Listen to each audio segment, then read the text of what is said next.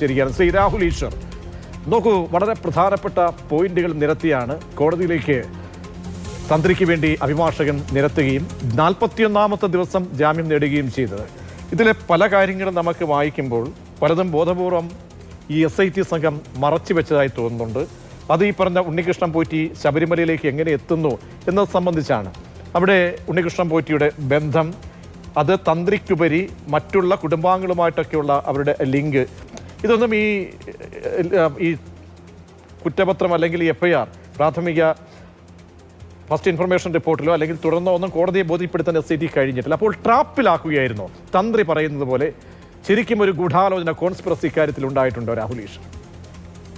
3 കാര്യങ്ങൾ തന്ത്രിയെ ബോധപൂർവം കുടുക്കിയതാണ് എന്ന് ഇന്ന് മലയാളികൾക്കെല്ലാം മനസ്സിലായിട്ടുണ്ട്. അതിന്റെ കാരണം ബഹുമാനപ്പെട്ട കോടതി അനധിസാധാരണമായി എഴുതിയിരിക്കുന്നത് തന്ത്രിക്കെതിരെ കടുക് മണിയോളം പോലും തെളിവില്ലെന്നാണ്. Not even an iota of evidence എന്നാണ് പറഞ്ഞിരിക്കുന്നത്. 2, അങ്ങേക്ക് അറിയുന്നത് പോലെ ഞാനൊരു ഗാന്ധിയനും മതസൗഹാർദ്ദവാദിയുമാണ്. പക്ഷെ എല്ലാ ബഹുമാനത്തോടെയും ചോദിച്ചോട്ടെ, നമ്മുടെ ഒരു ക്രിസ്ത്യൻ മുസ്ലിം സമുദായത്തിലെ ഒരു പള്ളിയിലച്ഛനെയോ മൗലവിയെയോ ഈ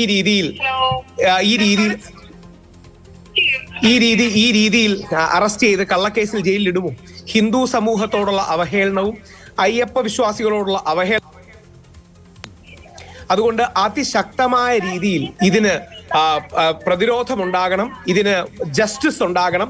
തന്ത്രിയെ കള്ളക്കേസിൽ കുടുക്കിയതാണെന്നുള്ള കാര്യത്തിൽ യാതൊരു സംശയവുമില്ല. കാര്യം തന്ത്രിക്കെതിരെ, തന്ത്രി എന്ന് പറയുന്ന ശബരിമല തന്ത്രി എന്ന് പറഞ്ഞാൽ കോടിക്കണക്കിന് അയ്യപ്പ വിശ്വാസികളുടെ പിതൃസ്ഥാനീയനായ വ്യക്തിയാണ്.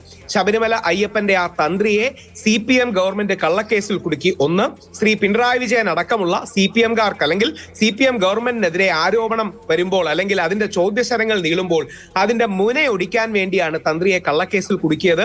3, SIT ബോധപൂർവം ഗൂഢാലോചനയിൽ ഏർപ്പെട്ട് തന്ത്രിക്കെതിരെ വ്യാജ വാർത്തകൾ വരെ പ്രചരിപ്പിച്ചു.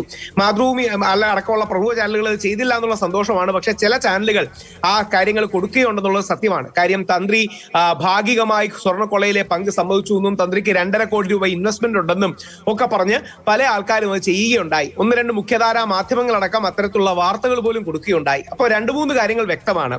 ഒന്ന്, ശ്രീധരൻപിള്ള സാറിനെ പോലെ വളരെ മുതിർന്ന രാജഗോപാലൻ തുടരുമെന്ന് പ്രതീക്ഷിപ്പോൾ ശ്രീധരൻ